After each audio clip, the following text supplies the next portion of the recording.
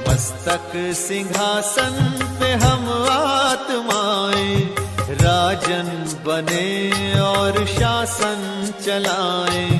कर्मेंद्रियां कर्मचारी हमारी, भ्रिकुटी बीच दरबार अपना सजाएं। मस्तक सिंहासन पे हम आत्माएं, राजन बने और शासन चलाएं।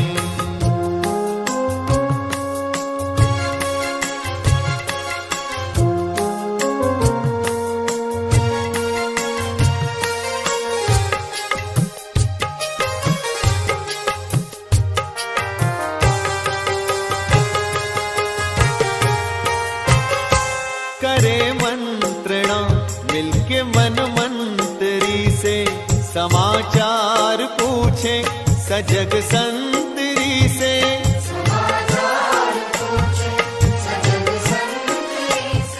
ओम शांति। अव्यक्त बाप दादा के 24/10/1975 के महावाक्य। चेतन सालीग्राम का मंदिर, ब्रह्मा मुख वंशावली ब्राह्मण। अपने को कमल पुष्प समान अति न्यारा और सदा बाप का प्यारा अनुभव करते हो। कमल पुष्प एक तो हल्का होने कारण जल में रहते भी जल से न्यारा रहती, प्रवृत्ति होते हुए भी स्वयं निवृत्त रहता है। जैसी वृत्ति वैसी प्रवृत्ति बनती। आत्मिक वृत्ति और रूहानी वृत्ति, इस वृत्ति द्वारा प्रवृत्ति में भी रूहानियत भर जाएगी। अर्थात प्रवृत्ति में रूहानियत के कारण अमानत समझकर चलेंगे तो मेरापन से समाप्त हो जाएगा। अमानत में कभी मेरापन नहीं होता। मेरेपन में मोह के साथ अन्य विकारों की प्रवेशता होती है। मेरापन समाप्त होना, निर्विकारी अर्थात पवित्र बनना, जिससे प्रवृत्ति भी पवित्र प्रवृत्ति बन जाती। सबसे पहली प्रवृत्ति अपनी देह की प्रवृत्ति और देह के संबंध की प्रवृत्ति। देह के हर कर्म इंद्रियों को पवित्र बनाना इतनी बड़ी बेहद की प्रवृत्ति है। पहले अपनी देह की प्रवृत्ति बनाएं, तब बेहद की प्रवृत्ति को भी पवित्र बना सकेंगे। कहावत है, चैरिटी बिगिंस एट होम। तो घर को पवित्र बनाने की सेवा करनी है। पहले अपनी देह, फिर बेहद की। पहले अपने आप से पूछो कि अपने शरीर रूपी घर को पवित्र बनाया है। संकल्पों को, बुद्धि को, नैनों को, मुख को रूहानी अर्थात पवित्र, ऐसे हर कर्म इंद्री को स्वच्छ बनाकर आत्मा का दीपक सदा काल के लिए जगाया है। ऐसी रूहानी दिवाली मनाई है। जैसे दीपावली पर घर के हर कोने को स्वच्छ करते, एक भी कोना रह ना जाए। सबके दीपक अखंड जगमगा रहे हैं। जैसे गायन है, घर घर मंदिर बनेंगे। अपने देह रूपी घर को मंदिर बनाया है बाबा ने कहा। चैतन्य देवताओं का निवास स्थान मंदिर बनाएंगे। विश्व को भी, जितने भी ब्राह्मण हैं, हर ब्राह्मण चेतन सालीग्राम का मंदिर, चेतन शक्ति मंदिर, ऐसे मंदिर समझते हुए शुद्ध पवित्र बनाया है बाबा ने कहा। जैसे मंदिर में भूत प्रवेश नहीं होते, हर घर को मंदिर, जहाँ अशुद्धि होती वहाँ ही अशुद्ध विकार व भूत प्रवेश होते। चेतन शक्ति स्वरूप के मंदिर में, असुर संहारनी के मंदिर में आसुरी संकल्प व आसुरी संस्कार कभी प्रवेश नहीं कर सकते। अगर प्रवेश होते हैं तो कोई ना कोई प्रकार की अशुद्धि अथवा अस्वच्छता है। तो बाबा ने कहा, चेक करो अपने आप को। जब ऐसी अपनी पवित्र प्रवृत्ति बनाओ तब विश्व परिवर्तन होगा। तो बाबा के घर मधुबन में आए हो, कमजोरियों को छोड़कर जाना, क्योंकि मधुबन है परिवर्तन भूमि, लेकिन सदा काल के लिए परिवर्तन मधुबन को महायज्ञ राजस्व अश्वमेध यज्ञ कहते। तो यज्ञ में आहुति डाली जाती है। महायज्ञ परिवर्तन भूमि, वरदान भूमि, जैसा नाम वैसा कार्य करो। जो प्रतिज्ञा करके जाते उसको निभाते रहो। निभाने में 3 प्रकार की आत्माएं बन जाती। कोई तो निभाने में सच्चे परवाने माफक स्वयं को बाप पर न्योछावर कर देते, कुर्बान जाते। कोई निभाने में भक्त बन जाते, बाप से बार बार शक्ति लेते, मांगते रहते, सहन शक्ति दो तो निभाऊं, सामना करने की शक्ति दो तो निभाऊं, ऐसे में भीख मांगते रहते। और कोई फिर ठगत भी बन जाते, कहते हैं और लिखते हैं एक और करते हैं दूसरा। बाप के आगे भी ठगी करते, अपनी गलती को छिपाने के लिए ठगी करते। कईयों में निभाने की शक्ति है नहीं, लेकिन अपने को बचाने के लिए फिर बहानेबाज होते।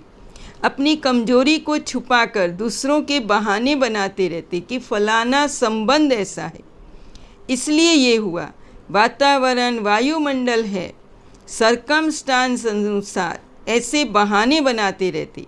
निभाने में इतने प्रकार के निभाने वाले बन जाते। कहना सबका एक, मेरा तो एक बाप दूसरा न कोई। जो कहेंगे कराएंगे वही करेंगे, लेकिन करने में और प्रैक्टिकल आने में अनेक प्रकार के बन जाते।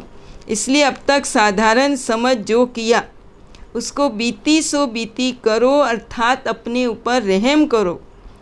इस भूमि के महत्व को अच्छी रीति से जानो। बाबा ने कहा महान अपने को बनाना है तो इसके महत्व को जानो, बाबा ने कहा। तब बाबा कहते महान बन सकेंगे। शास्त्रों में भी देखो गायन है, ब्रह्मा को संकल्प उठा, सृष्टि रचे तो सृष्टि रची।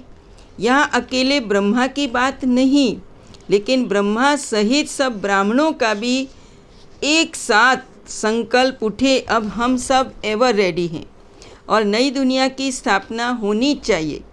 ऐसा दृढ़ संकल्प जब ब्राह्मणों के अंदर उत्पन्न हो तब सृष्टि का परिवर्तन हो, अर्थात नई सृष्टि रचना प्रैक्टिकल में दिखाई दे। इसमें संगठन का बल चाहिए, सारे संगठन का एक संकल्प। सृष्टि रचना इसका रहस्य इस प्रकार से है, संकल्प उत्पन्न होगा, सेकंड में समाप्ति का नगाड़ा बजना शुरू हो जाएगा। एक तरफ समाप्ति का नगाड़ा, दूसरी तरफ नई दुनिया का नज़ारा साथ साथ दिखाई देगा। वहाँ ही विनाश की अति होगी, वहाँ ही जलमय के बीच चारों ओर विनाश में एक हिस्सा धरती, बाकी 3 हिस्सा जलमय होगी। ये अनेक धर्म जब समाप्त होंगे तो अनेक देश भी एक सैरगा के रूप में जल के बीच एक टापू के माफिक हो जाएंगे। तो एक तरफ विनाश के अति नगाड़े होंगे, दूसरी तरफ फर्स्ट प्रिंस के जन्म का आवाज़ बुलंद होगा। वो पत्ते पर नहीं आएगा जो दिखाते हैं जलमय के बाद पत्ते पर श्री कृष्ण आया। 3 हिस्से जलमय होने कारण भारत जब परिस्थान बनता है उसको जलमय दिखा दी है। उसके जन्म का चारों ओर आवाज़ प्रसिद्ध होगा। जलमय के 3 हिस्से का नज़ारा होगा और एक हिस्सा भारत परिस्थान के रूप में प्रकट होगा, जो दिखाते हैं सोने की द्वारका पानी से निकल आई, इसलिए पानी के बीच सोने की द्वारका दिखाते हैं। तो बाबा ने कहा फर्स्ट आत्मा के जन्म की जय जयकार होगी। पुरानी दुनिया के महाविनाश का नगाड़ा और नए फर्स्ट प्रिंस के जन्म का नज़ारा साथ साथ दिखाई देगा। तो जैसे नगाड़ा बजाने से पहले नगाड़े को गर्म किया जाता है तब आवाज़ बुलंद होता है, ये भी योग अग्नि से नगाड़ा बजने के लिए तैयारी चाहिए, तब नगाड़े में आवाज़ बुलंद होगा। इंतज़ार करने वालों को भी इंतज़ाम में लगाओ, तब जय जयकार हो जाएगी। नॉलेजफुल, जो तन मन धन और जन सब आ जाता है। अगर एक की भी नॉलेज कम है तो नॉलेजफुल नहीं कहेंगे। सदा सफलता मूर्त बनने का आधार भी नॉलेजफुल। समय की रफ्तार तेज और चलने वालों की रफ्तार ढीली होगी तो समय पर पहुँचेंगे कैसे। तो एक बल, एक भरोसा, हर समय एक की ही याद में एक रस रहना, अटूट स्नेह में रहते उनको सहयोग भी स्वतः प्राप्त होता है। मुरली है लाठी, इस लाठी के आधार से कोई कमी भी होगी तो वो भर जाएगी, लेकिन लक्ष्य से, नियम पूर्वक नहीं, लेकिन लगन हो। लगन से मुरली पढ़ना व सुनना, अर्थात मुरलीधर की लगन में रहना। मुरलीधर से स्नेह की निशानी मुरली। सच्चे ब्राह्मण की परख मुरली से होती। मुरली से लगन अर्थात सच्चा ब्राह्मण, और मुरली से लगन कम तो हाफ कास्ट ब्राह्मण कहेंगे। लेकिन जो विशेष भक्त आत्माएं हैं उन्हों की इच्छा क्या है?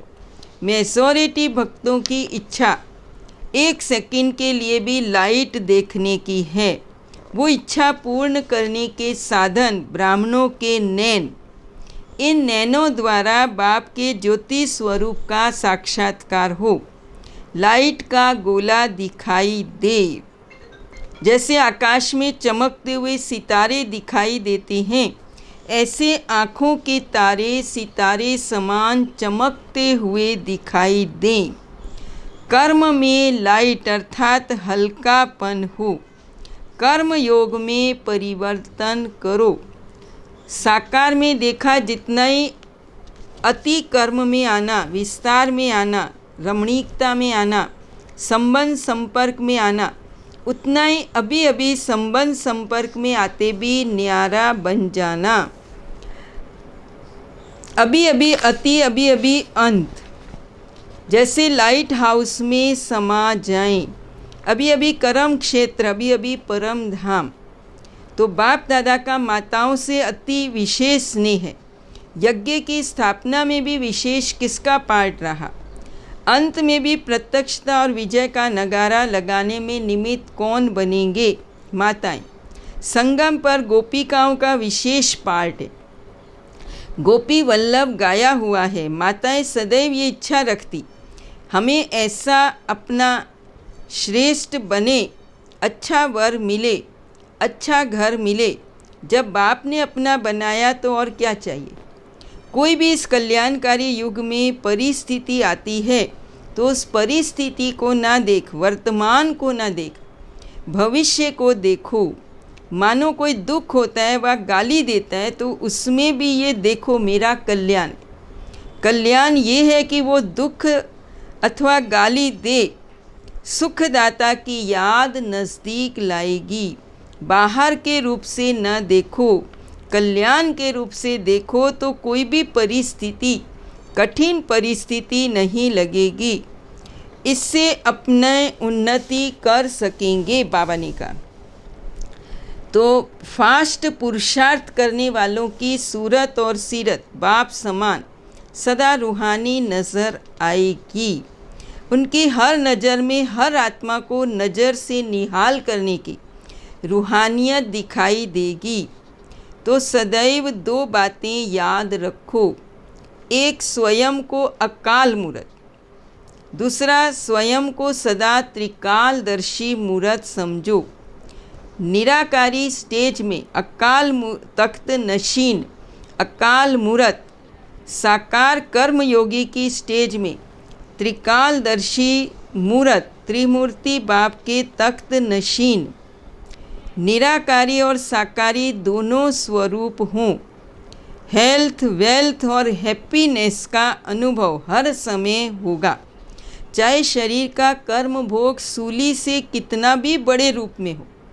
लेकिन सदा अपने को साक्षी समझने से कर्म भोग के वश नहीं होंगे।